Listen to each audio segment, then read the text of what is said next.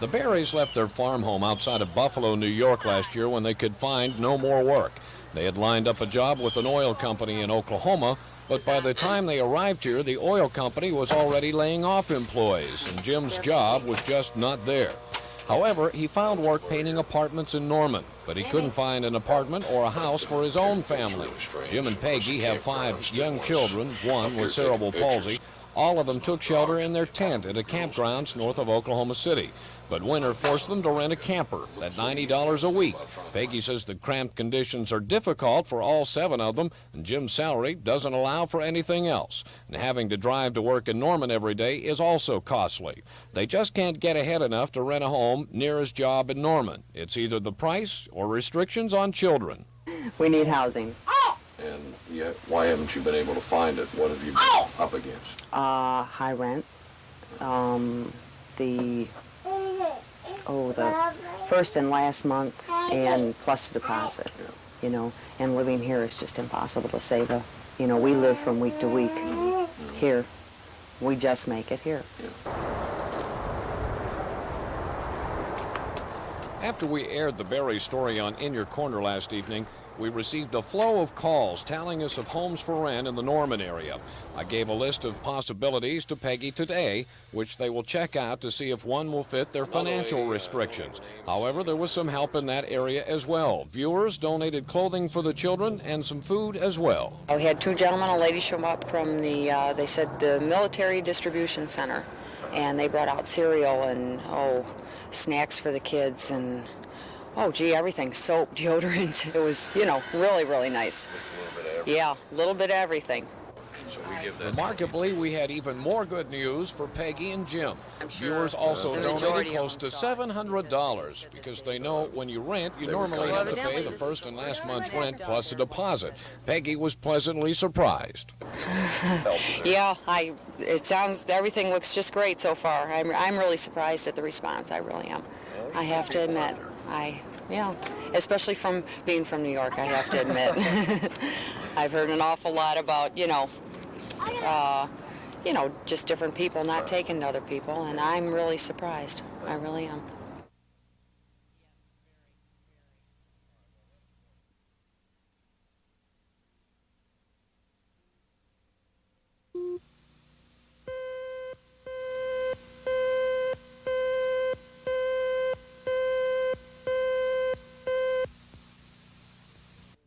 Can you afford to put a new roof on that thing right now? There's no way in the world. This is our first major purchase. Me and my wife, she's almost 21, and I'm 21 now.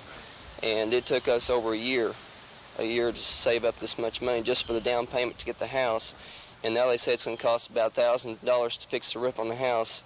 And we're both working, and we're making it barely the way it is. And there's just no way we can afford it.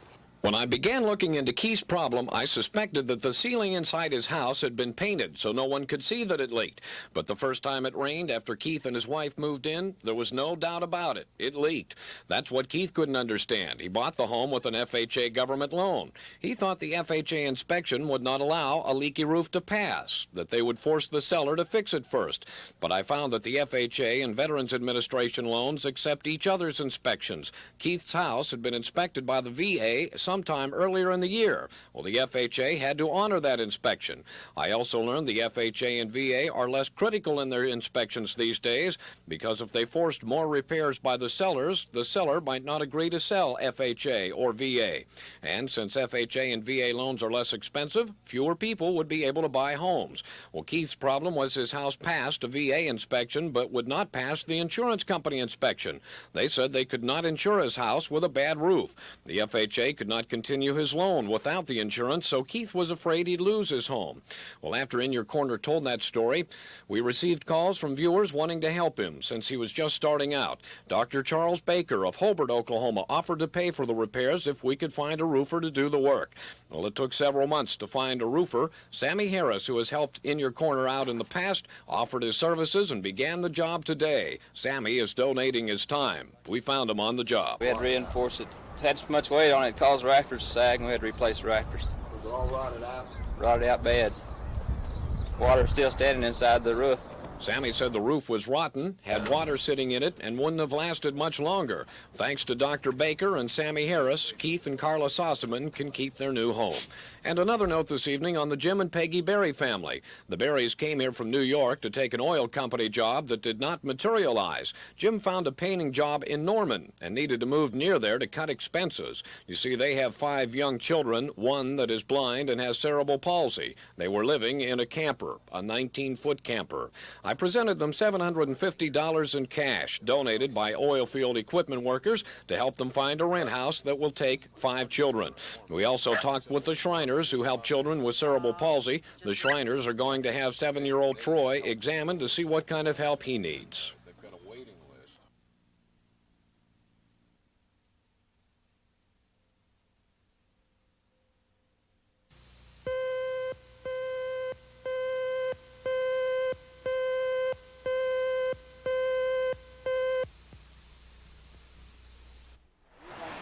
I met Wanda Spurlock at the Consumer Credit Bureau. She explained that her husband's name is Paul E. Spurlock. He does real estate and rental property business under that name.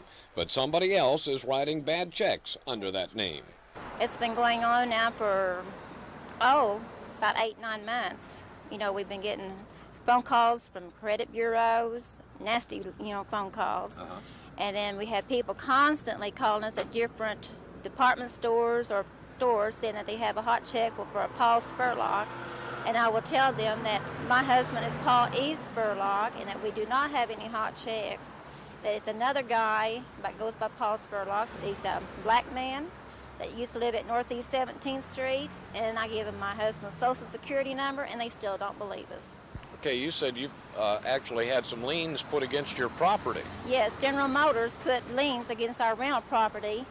But they did, straighten it out, but they actually put liens on our property. They just went to the courthouse and slapped liens because there's a Paul Spurlock. Wanda said she and her husband needed to get this cleared up now, since they're getting ready to close on another property they want to buy. They fear their credit record would be bad because of what somebody else did under the same name.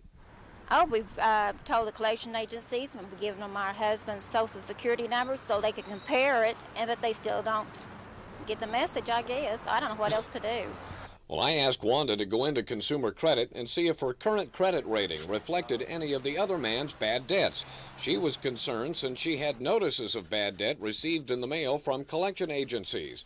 In the meantime, I met Vic Petito, the head of the Consumer Credit Bureau, who talked with us after Wanda got her credit rating.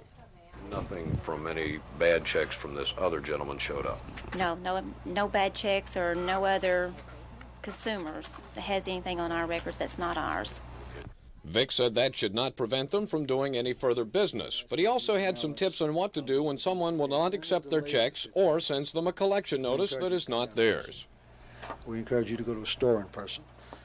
We encourage you to visit your credit grantors on a one-on-one basis, whether you're having problems with your credit report or whether you're having problems with your credit account or whether you're anticipating problems. Now, the district attorney's office has been cracking down on bad check writing. I asked them about a name mix-up such as the Spurlocks. The only thing that I know she can do, Brad, is to keep a close watch on her credit record at the credit bureau and be sure that they're apprised of the situation. As she gets calls from any collection agency, she needs to notify them in writing by certified mail, return receipt requested, that she is not the proper party, and request that they cease calling her or file suit, whichever they'd prefer to do. And then under the Fair Debt Collection Practices Act, the collection agencies have a responsibility to verify within 30 days that she is the proper party. Other than that, it's a terrible situation, but not one that the law remedies easily.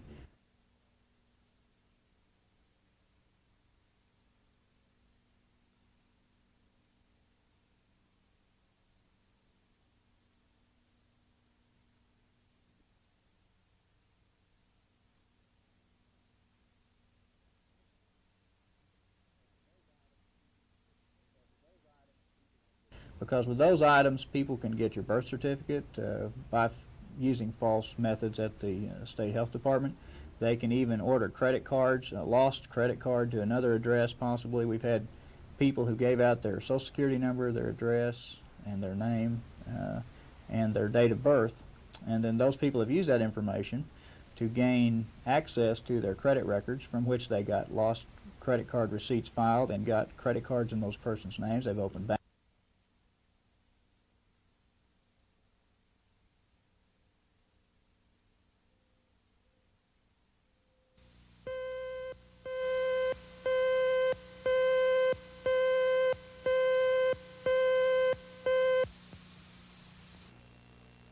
When you take your clothes to a cleaner's in town, most of them will do the dry cleaning there, but send your shirts out to one of the few large laundries in town, which does the shirts and sends them back to your cleaners. So the question is, who is responsible when a shirt is lost or damaged? David Spencer says this happened to him at 2 different cleaners. David said he took an expensive shirt to the dry cleaners. When it came back, the shoulder was ripped at the seam. He blamed the cleaners blamed the shirt, said they'd send it away to be analyzed and see whose fault it really was. The debate was whether they had tore the shirt or not, whether it was their fault or not. Yeah. I didn't tear it because when I got it back from them, it was tore. So the fact is the matter, they tore the shirt, either them or Paragon, where they send the laundry. And what kind of shirt was that? It was a pinpoint Oxford for Moorbox. Expensive? $47.50 before you have any tailoring work done on it. In the meantime, he took his shirts to another cleaner. When he picked them up, one of the expensive shirts was missing, but he couldn't prove he took it there in the first place. They lost one. And they gave you no receipt? No receipt. They wouldn't. She said, we don't give receipts. And So what happened when you tried to get it back? Tried to have it found, told them that you lost it. Just go through that. Well, she said, we'll check on it, and I got the same thing. We're still checking on it. We hadn't found anything, and she started telling me, well, we don't have any record of you bringing the shirt in. I told her, I said, hey, you're the only cleaners I'm using now. You're the only ones that have got the shirt. I mean, you either lost it or Paragon, people you send your laundry to, has lost the shirt, and I'd like to have my money back or the shirt back, one of the two. I don't care. What happened? She just persisted to say that, more or less, that she didn't believe that I had brought the shirt in, or she didn't have record of it, so she wasn't going to pay me for the shirt, period. 2 points about David's story. First of all, don't expect the high price and the fancy name on a shirt to guarantee durability. Believe it or not, some of the most expensive shirts will not stand regular commercial laundering. Now, if you lose your shirt at the cleaners, if you don't get it on paper, a receipt, then you can't prove that you took it there in the first place. I took David's questions to Dorothy Bennett, who speaks on behalf of the Oklahoma City Dry Cleaners Association. She commented that some cleaners and laundries are now posting signs warning they'll not be responsible for damage to certain expensive shirts because they are too delicate for regular commercial cleaning. On the question of receipts, Dorothy said 75% of the city's cleaners do not use them. But then some cleaners will have preferred it because there's a protection, and they issue these receipts. And they insist that the customer bring them back. Well, then if they lose them, then we have them sign them. Well, then there's controversy there. Maybe the wrong person comes in and signs the ticket. I see. Dorothy said David was getting reimbursed for the torn shirt because it was lost when it was sent away for analysis, but no refund from his other cleaners because they have no record of his shirt being brought in. Well, if you're losing your shirt at the cleaners, demand an itemized receipt.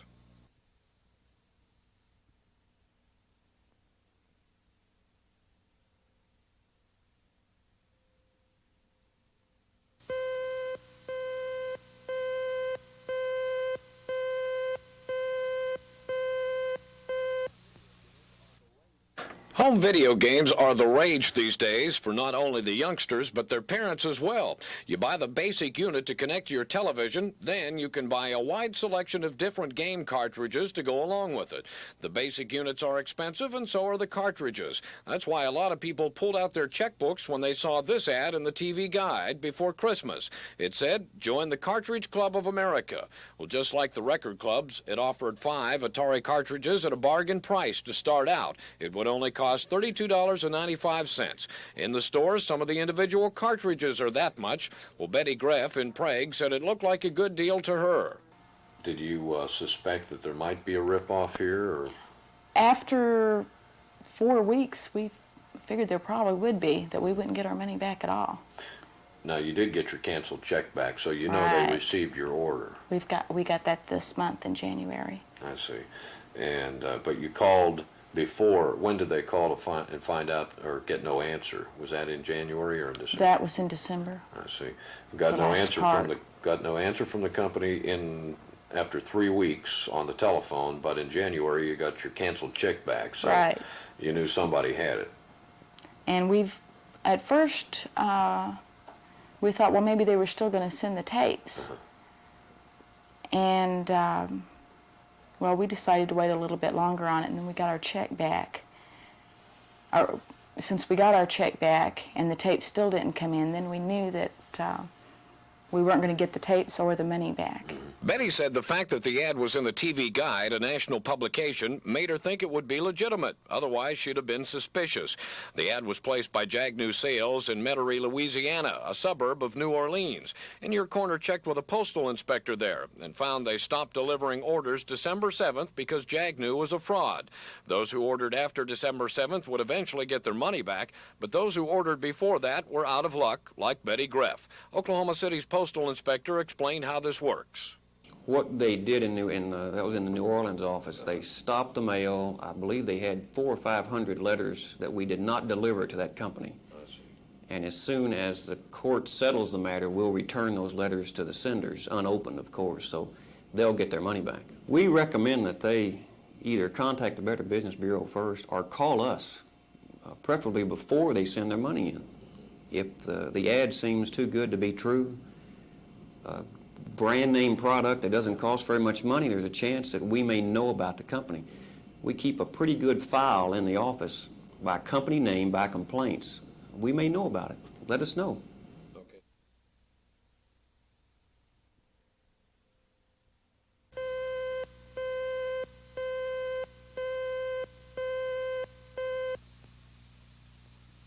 School photographers, tell me that.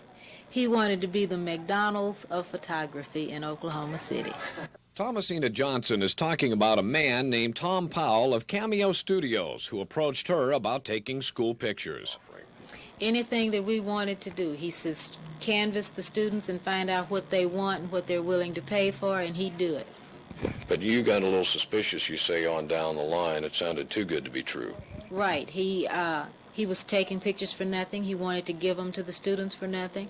I asked him, how do you plan to make any money off this? And he told me that it cost a very, very small amount of money to print the pictures in the first place. So $1.50 would, clear him as far as his expenses. He didn't want Cameo Studios on the check, you say? He wanted his name on the check because he said he wasn't making any money on it, but he was going to have to pay taxes on it if he put Cameo Studios on it. Well, Thomasina says he didn't take all the pictures, but he did take the school for almost $500 before he disappeared. He also got a large amount of cash from students who ordered group pictures for themselves. And he had the students selling discount picture certificates, but they got to keep that money. However, now that Cameo has closed its doors, Northeast High is recalling the certificates. Northeast High has also filed a police report on Powell and Cameo Studios. Well, this was the location of Cameo on North Portland, and as you can see, it is a vacant shop now with no clues on the window as to where they went or where you can get your money back. But I did get a few clues from a neighboring business. Well, they were here Thursday, and then when we came to work Friday morning, they were gone. They had moved out in the middle of the night. Okay, and it was your impression that they were planning on expanding the business, you say?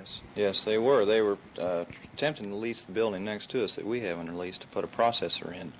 And we had talked about that on, I think, Tuesday or Wednesday, the day before. So that I really had no... Well, they were closed the Wednesday and Thursday, but we had been talking about leasing that building to them, put a processor in. They take off with any of your money?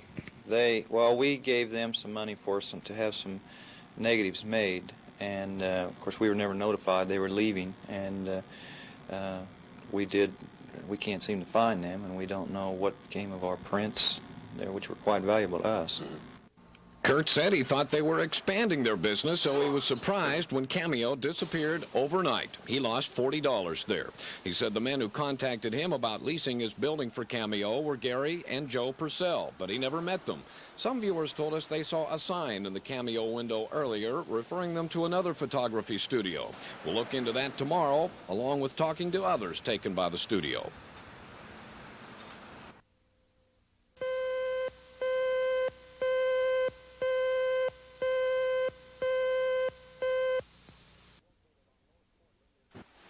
Cameo was located on North Portland near 12th Street. They are gone now, along with hundreds of dollars of customers' money. Customers who never got the pictures they ordered. The studio was leased to a Gary R. Purcell of Piedmont. He was a former electronics shop manager and a former computer programmer who went into the photography business with a man named Tom Powell. Tina Bensinger told me she ordered pictures from them, but was not too impressed with their operation. Well, when we went in, they just had a little desk set up in the front and a couple of pictures on the walls of pictures they had taken.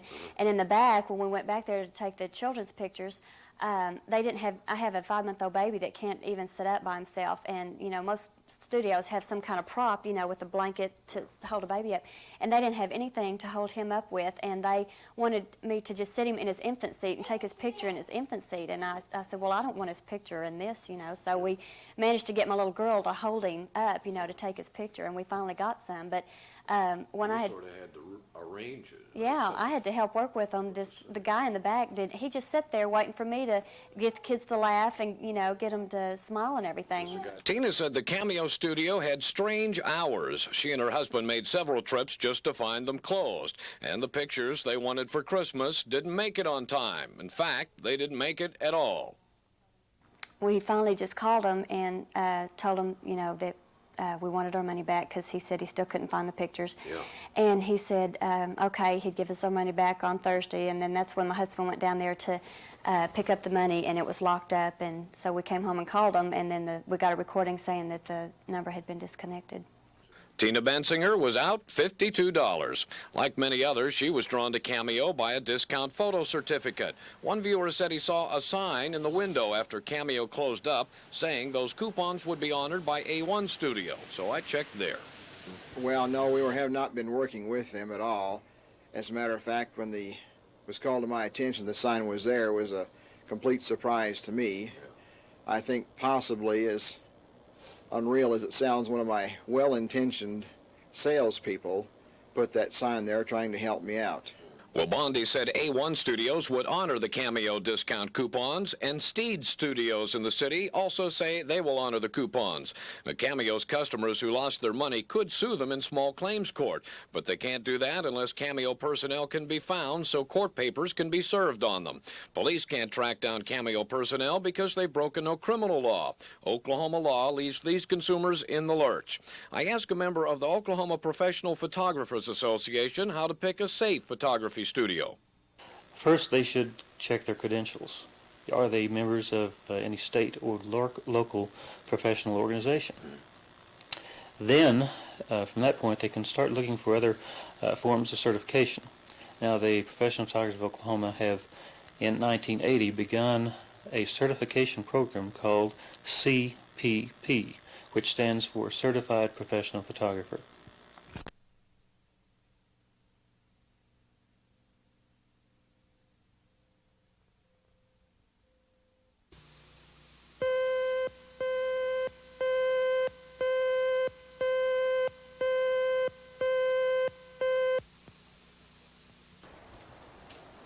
I went to Shawnee to visit the Swick family today. I found Larry Swick at home with relatives. Mrs. Swick was at the barber shop with her 5-year-old son, Jack. All the family were preparing for the funeral today of their other son, 8-year-old Kevin, who died last Saturday. Well, my son got hit by a car and was killed. And then Monday, a guy ran a stop sign and totaled out our car. So you got no transportation now? No. How old was the boy and what was his name? name was Kevin Swick. He was 8 years old. Let's see. It was a bicycle accident? Yeah. Let's see. Now the problem is you being unemployed and no transportation, everything. You want to send your son back to your home area in Ohio. Yes. Both all of his grandparents are buried in the same cemetery back home, and we wanted him to be with them. And that's, we figured he'd sort of feel better. You see, the Swick family started out in Ohio, where Larry was hauling steel. When he was laid off there, he took a job as an oil field roughneck in Texas. He was laid off there and came to Oklahoma, where he heard there were jobs, but there were not. Larry only has a part-time janitorial job. And now, another tragedy, losing a son. Funeral services for young Kevin were held here in the afternoon. Residents and neighbors in Shawnee were able to raise enough money to cover those expenses, along with some cooperation from the funeral home owners. The expense remaining now is near $1,000 to allow the parents to accompany the body back to its final resting place in Ohio, either tomorrow or Friday. Citizens of Shawnee have extended a kind helping hand to the Swick family. The RSVP Club at the Senior Citizens Residence has been collecting money. School children have taken up collections. The radio station has solicited help. And a neighbor, Sherry Hartley, has been spearheading a fund drive to help her neighbors, the Swicks. So far, everyone in Shawnee's helped out real good. We've raised almost over $1,000. Yeah. But how much more is needed at this point? Well, we need about another $1,000 to send the parents back to Ohio. And that could be tomorrow that they have to go and... Tomorrow, Friday. The body will probably be shipped back tomorrow. Okay. What are they doing?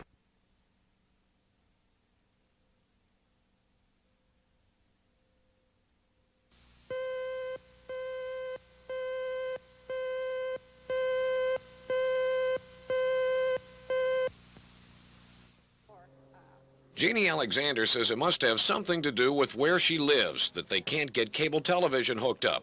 She thinks it's because her side of the street is the only part of the neighborhood that has to have underground wires and cables. Everybody else has above-ground lines, and everybody else that wanted cable got it.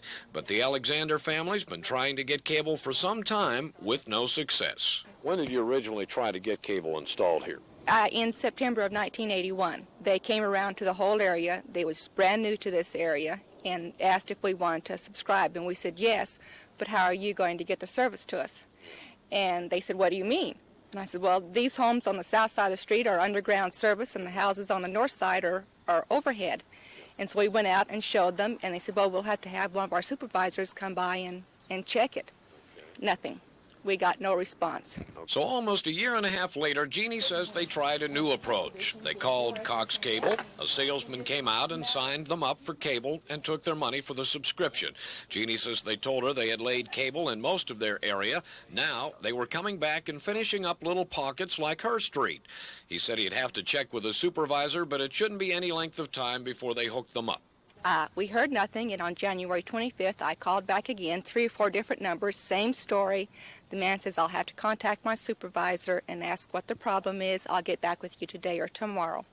I heard nothing, so on the 28th, I believe was that Friday, I called back again, and he says, well, I still haven't heard anything from my supervisor. I don't know what the problem is. I says, well, I guess I'll have to check with other sources then. And that's when I called you. Well, it sounded like a communication problem in a communication company. I called Cox Cable and asked them about it. They said it wasn't a communication problem, but a weather problem. Bill Boer, plant operations manager at Cox, said they couldn't use their machinery that digs the trench for the cable when it was wet outside. If they did, it would leave tire ruts, he said, in neighbors' yards, which causes more complaints. I asked why this wasn't explained to the Alexanders. Cox officials agreed to call and explain that to Jeannie immediately.